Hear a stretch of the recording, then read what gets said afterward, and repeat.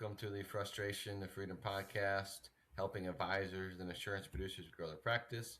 My name is Mike Demas, Senior Advisor Development Consultant at Simplicity Minneapolis. I got my partner here, Jeremy Karja, also Senior Advisor Development Consultant at Simplicity Minneapolis. We got a requested topic today, one that producers ask us all the time and need help with, that we role play with our producers, that I think is one of the biggest things that you need to do in the first appointment. We've talked a little bit about already, but we're going to go deeper into it today. And Jeremy, what are we going to talk about today? That pesky broker, Mike, that has stolen tens of thousands of dollars, maybe hundreds of thousands of dollars off of our advisors' plates when they're not really equipped and they don't know the exact process to properly fire the broker. Properly fire the competing broker. I mean, Jeremy, have you had producers lose cases because the old broker rises again? Rises again. Yes. People who try to play a little too nice in that sandbox find out that not everyone plays nice in that sandbox.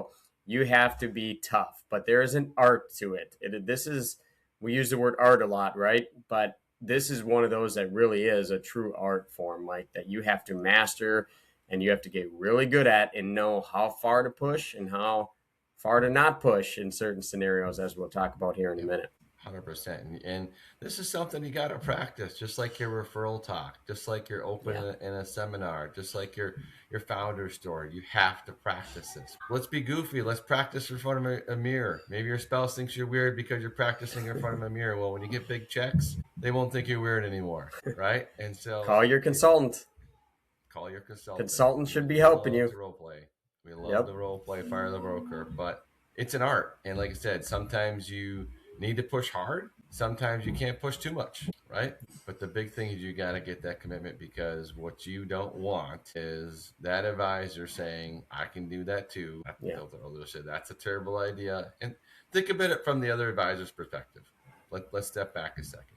They're a business owner. They're trying to feed their family just like you are, right? It doesn't mean they're bad people. Sometimes there's really great accumulation specialists out there, and that's all they do, and that's all they know. Doesn't make them a bad person. So how do we start chipping at that stone or planting that seed of doubt, so when you present them a different plan than they've seen before, that personal pension that lots of times people don't understand or don't know about, how do we make sure that you can actually move that money over and the old broker doesn't fire you, right? So, Jeremy, what are some of the core things that you want to start doing in that first appointment to do that? Yeah, number one is make sure it's done in the first meeting, right? You don't want to get to the end of that second meeting, that close, and all of a sudden they say, hey, guess what? I just have to run it by my guy. Has anyone ever heard that before? Well, the problem with that is now all of a sudden you're in a weird spot where they have all the power, they have all the control, and what are you going to say and do? You can try to step back and get it, but I've had this happen numerous times. One of my advisors, when he was early on with us, now one of our top guys, he would have this happen. And the one time it happened on a big case, like a $1.2 million case, left 70, 80 grand on the table. And at first he kind of was like, no, I did a good job firing them, and walked us through it. And we were like, no, you didn't do a very good job. You mentioned it, you talked about it, which is good, but you didn't master the art of firing a broker when it matters most. And so one of the big keys is obviously doing it in the first meeting. And one of the big keys is recognizing how hard you need to do it. When we use that phrase of how much do you like your broker, what would you give them on a scale of 1 to 10? And they say 7 or higher. You ask, how long have you been with your broker? And they say, I've been with them 5, 10, 15 years or more.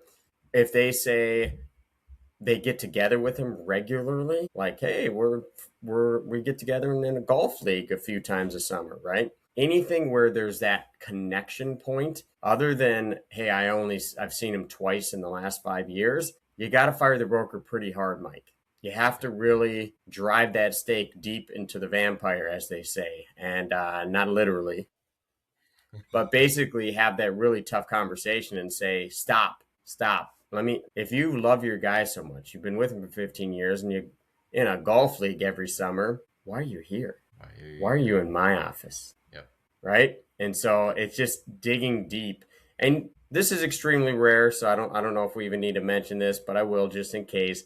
There's also an art form on the other side. If they only have seen their broker twice in the last 5 years and they give them a 5 out of 10, you don't want to go too hard, because if you go too hard there, it makes you look kind of like you're either desperate or like you're hiding something, right? Yep. So it's very important to recognize the scenarios, and it all comes down to questions, really, right, Mike? The questions you're asking them. We've talked about that before. You're 100% right, because it's the questions that we ask in the first appointment. And I would love saying, we need to find out what money's on the table and what money's off the table. Sometimes they have multiple brokers. Let's go after the one they don't like, right? Let's make them a client. Let's go after the 401k. If they really love their broker, let's make them a client.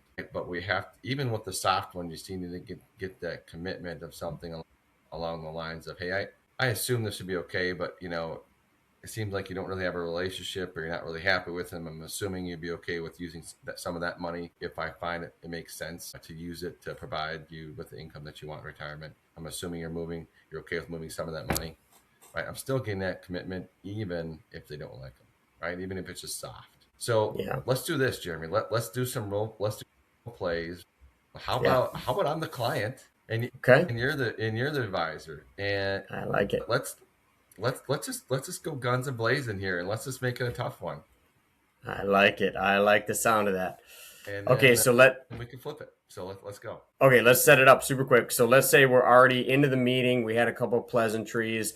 You came from, let's just say, a seminar to keep it that part of it easy. And let's just say that we talked through some of the money, like the basic, hey, you have this much in the bank. Are you happy with keeping $100,000 cash, all that? And now we're getting into the investments, and we're talking through that. And I uncovered you got $700,000 with your guy, and I'm kind of right there. How's that sound? That sounds great. Yep. Okay. So, Mike, you know what? You got a lot of money with this individual. Can you tell me a little bit about what those investments are doing, and what's the goals of that $700,000 account you have with him? Yeah, well, I've been with my guy for about 15 years. We were fraternity brothers. Wow. And we still do the golfing league to stay together with some of our fraternity brothers, and we have a good time. But yeah, I mean, he's been doing a great job. He's been growing the money. Wow, I'm confused, Mike. What do you mean? What? You've been with him for 15 years, fraternity brothers? I don't want to throw stones at your guy. You obviously have a personal relationship there. But why are you here? Why are you in front of me instead of him? Well, I mean, you talked at the workshop about some things that he's never talked to us about. We were really just mostly been some accumulation, talking about how we're going to grow the money. And you mentioned some stuff about distribution, and it piqued our interest. Yeah, I can see that. And I appreciate that. I can't imagine just 15-year relationship. If I give you a plan that's, let's say, 11 out of 10, you absolutely love it, Mike. A rock star plan. You just going to pull that money from him and say goodbye without even talking to him? Well, I'm sure I'd want to buy him. I think that would be, we're friends. That's not going to work. Why not? Well, what do you think he's going to say? I respect his opinion. He's done well for us. Yeah, I can appreciate that, Mike. But do you think he's really going to say, yeah, that's a great idea, go with him? I've been messing up all this time and haven't been doing right by you, Mike? I see your point. I've been doing this a long time. This is coming up on my 20th year this year. And I can promise you he's going to say one of two things. He's going to say either A, that's a horrible idea, else he's calling himself an idiot, right? Or B, I can do the same thing. We're fraternity brothers. We've been together 15 years. Don't go with this guy you just met. I can do the same thing, right? And if that's true, Mike, why hasn't he done it? I see your point. I can respect that. So again, I don't think it's worth continuing in the meeting and wasting your time and mine if you're going to run it by him. Because why should he get the credit for the work we're doing? I can respect that. Okay. So you're saying if I like what you show me? Yeah. Basically, Mike, here's what I would do. I'd only feel comfortable moving forward if you can tell me that you're not going to go back to him to get his opinion on this work we're putting together. That's the only way I'd really feel comfortable. But I mean, I don't have to I'm not set on moving forward with you, right? Correct. Yeah. Here's the way I look at it, Mike. At the end of the day, I'm just an advisor, right? I've been doing this 20 years, help, hundreds, if not thousands of people, but it's your money. You have to make the decision what's right for you. So that's the way we always respect it. But I would rather you just go back to him and talk to him first rather than us go through this whole process and waste each other's time. And so if I can get that commitment, you won't go back to him. And I'm fine with us giving you all the information, articles, you doing your own research. I just don't want to go back to him because I know he's going to say he can do it, which he should have already. Or he's going to say, that's a bad idea. Else he's basically calling himself a bad advisor. But the difference between somebody like him and myself, again, he may be a great advisor. Obviously, you've been with him 15 years. He's got some value. You got a personal relationship. He has some value.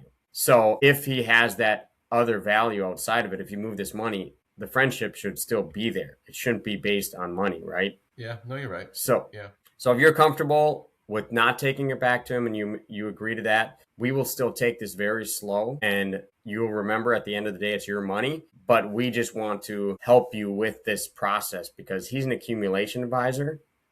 I'm a retirement planning specialist, meaning he helps you accumulate the first 40 years. I help make sure you keep it and don't run out of money between you and your spouse the next 30, 40 years of retirement.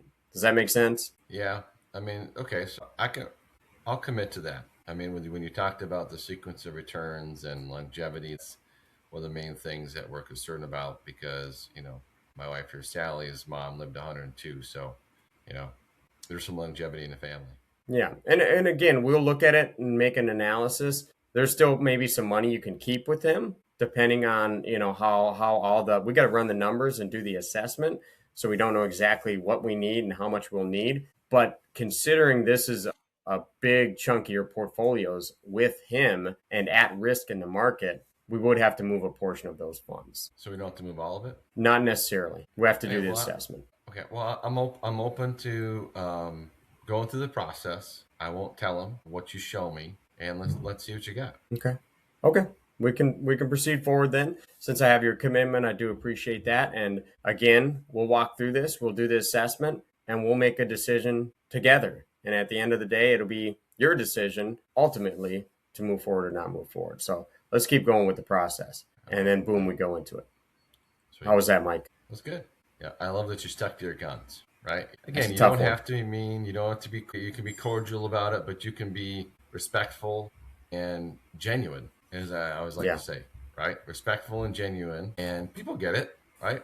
They understand, and if you're genuine, they're going to be genuine right back to you. Yeah, and again, there's so many variables. This is why it's an art, because if you, for example, you had 700,000 here and 1,700,000 over here, that isn't managed by a broker, managed by a broker that you gave a 4 out of 10, or you've only been with for 5 years, I'm not even touching that 700,000 with his frat brother, right, Mike? Yep, not even touching it. Yep. We just know that's off the table, like you said before. So there's a few different nuances and arts to it, but in the advisor's mind, I think you got to remember, you're not getting that business. It's gone. Sayonara, wave it goodbye. He's been with the guy 15 years. It's a frat brother he golfs with regularly. It's already gone. Be aggressive. Don't hold on to the hope that maybe I can get him and change him if I have 17 meetings with him over the next 5 years. Right? Being a little funny, but that's a concept. And again, that's a whole nother topic. But if you don't have enough prospects to see, that's kind of the mindset, is like, I got to hold on to that 1 or 2 or 3 China eggs that I don't have. Right, Mike? 100%. That's like, let's get some A-tier marketing going. So you got 5 more people coming in, and you don't care, and you're going to go hard on that person, right? Go back and watch that mini series on A-tier marketing. Little plug there. But, I call it moxie. I'm a 2000s kid, so, I got moxie. And when you got that confidence, right, it comes across. Yeah. And they're like, oh, gosh, this person is really good at what they do. They're confident. That attracts new clients as well, right? Yeah, I got to share this super quick. We were at our live training at the time of this recording last week, and I was sitting with one of my $30 million guys and with 2 newer people to our program who've only been in our program less than a year with the coaching, and they were asking him questions over a late night soup. And basically, the difference they both realized as they were talking to him is just confidence, pure confidence, that moxie you're talking about, Mike, where they're like, how would you handle this if they said this? how would you do this? And both times he just answered with a, boom, boom, boom, here's the way it is, take it or leave it type of answer. Yep. And that's that confidence that you see in those 20, 30, $40 million advisors that we work with, Mike. That's the confidence they have because they know they're on such rock solid ground. They practice this fire the broker. They practice all these different things. We've told them so many times. Nobody can shake them. Nobody can shake them. That's the difference. That's 100% right. And again, if you know what you do, it is one of the best things out there. And I'll say this: sometimes when you're going hard or being genuine with the person, and sincere, you might be the only person in their life that does that. You might be the only person that shoots it to them straight. True. And so take your swing at bat. We're in the start of baseball season when this is being recorded. Hey, swing that bat. Who cares if you strike out? You're gonna get another at bat, right? Yeah. So. Yep. 100%, Mike. That's Awesome. good. Should we do one more? Yeah, let's do it. So what do you want to do here? Let's set up this one. So let's say this one's a referral. Okay. And from one of our current advisors, one of our top client. Okay, referral from a top client. And let's say you have multiple managers. So you have two managers. You have a 401k. One of them you really like. One of them you don't like. Nobody's doing anything with the 401k. And let's go with that. So. We've done the pleasantries. We've done, kind of how much you have in the savings, all that stuff. So kind of can run on that second page of the data form. And we'll go. I like it. So, and I'll be the client. You'll be the client.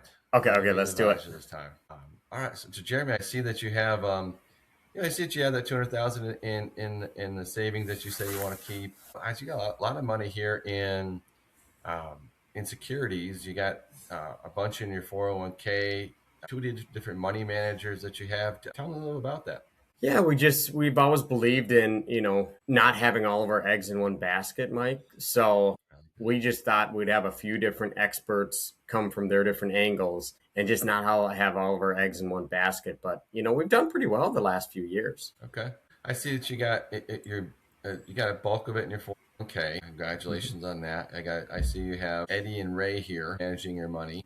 Give me a scale of, hey, Eddie and Ray, Ken, they're doing awesome. Ray, they're absolutely terrible and frustrated with things that are happening right now. Give me some feedback of what you think of who's managing your money. Eddie's good. Eddie, we've been with through maybe even 2 crashes now, and he would keep us updated. You hear about these guys who don't keep you updated.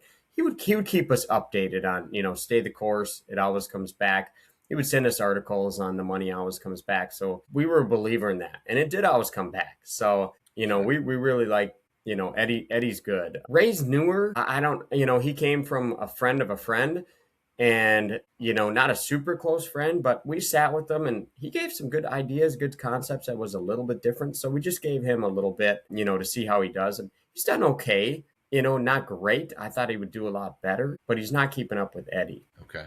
Gotcha. So maybe would you consider him like a 4 or a 5 or something like that for Ray? Yeah, if I had to put a number on it, yeah, I'd give him maybe a 5.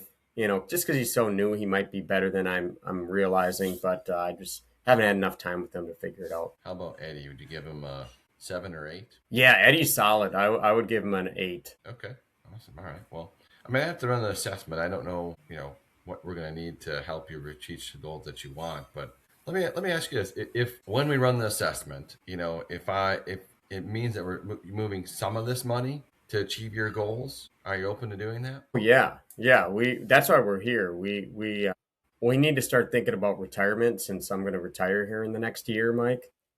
Yeah. And I just don't know. I mean, they've talked about their strategies and investments, but it is investment based, and it gets me a little nervous with everything going on in the world. Like, okay, do we just keep hoping and praying we don't run out of money? Do I just not retire and just keep going just to make sure we have a bigger cushion? That's the conversation in our household these days. A lot of people that come into my office feel the same way.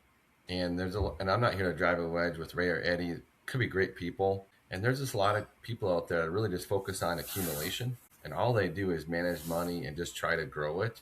Well, what we do is we actually make sure that we protect some of your money and actually have the retirement that you want. So we're more like distribution specialists. Maybe Eddie and Ray and your 401k got you up the mountain, right? Now let's focus on how to get you down the mountain in a safe, secure way.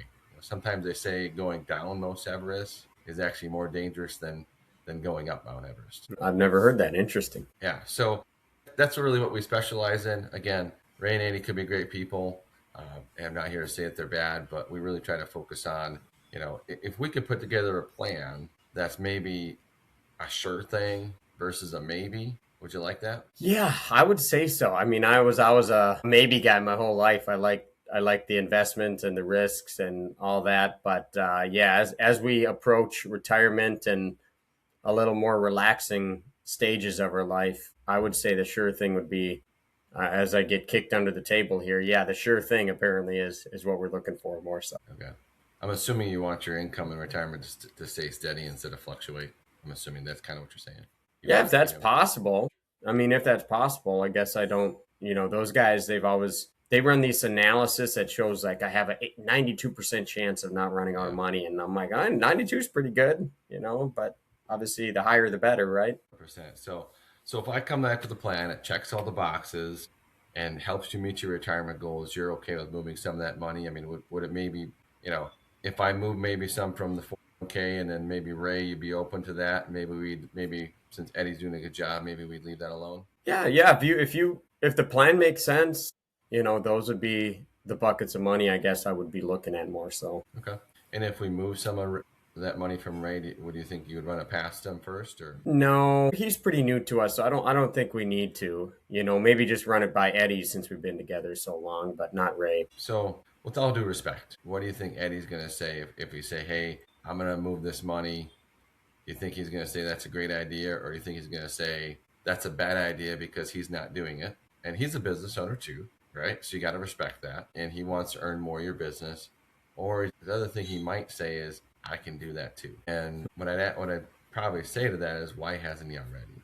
And again, I go back to a lot of people are just accumulation specialists and don't really focus on distribution. So is it safe to say if we show you something that you like and it's everything that you want, that stays proprietary to our plan? Is that fair enough? I mean, we've always tried to live by the strategy of, like with doctors and so forth, get a second opinion you always hear. So I would think that a second opinion would be wise, wouldn't you say? Again, in this case, I'd say no. I'm not interested in their opinion, to be frank. And I'm not saying they're bad people, but they're just going to say that's a bad idea because they want to be in the business, or they're going to say I can do that too. So I go back to if I show you something you love and it's everything you want and it's a sure thing versus a maybe, I don't know yet. But what if I can take that chance of running out of money to zero? If I could do that for you, I'm assuming we can keep that plan between us. Yeah, I guess that makes sense since we're not touching any of the money with Eddie. I would just take a close look at it. But yeah. And like I said, I still have to run the assessment. I don't know how the numbers are going to run out, but I mean, as long as you're able to make a commitment, let's just keep moving forward. I got some more questions for you. I really want to figure out how much you want and when you want to retire. So, Jeremy, have you thought about when you want to retire? So I guess we can kind of move on from there. But yeah, I like it. Yeah, that's good, Mike. That's good. I like how awesome. you transitioned nicely when things started to in weird directions. You reeled it right back in every time. So I threw some curveballs to you. So that was It perfect. wasn't as nice as you said it was going to be. No, I had to return the favor. I had to return the favor. You handled them But hey, perfectly. that's what we're here for. We're here to help you. We're here to help Team Elevate grow. One of my favorite things, I say this every time, Jeremy, is help role playing with advisors. So if you don't have anybody to role play with yet, come join Team Elevate. Okay, Yeah. if you're listening to this podcast, you say I need that, book a time with Jeremy or I. If you're not going to get somebody else, you're going to get directly to Jeremy and I, and we'll coach you through how to fire in that competing broker and how to make it a genuine conversation. And that's all people are looking for. They're looking for somebody just to be honest and genuine with them and straightforward. And that's actually how you're going to win more business. I love it, Mike. I love it. Awesome. Make the call. Join Team Elevate. Let's go. Let's go.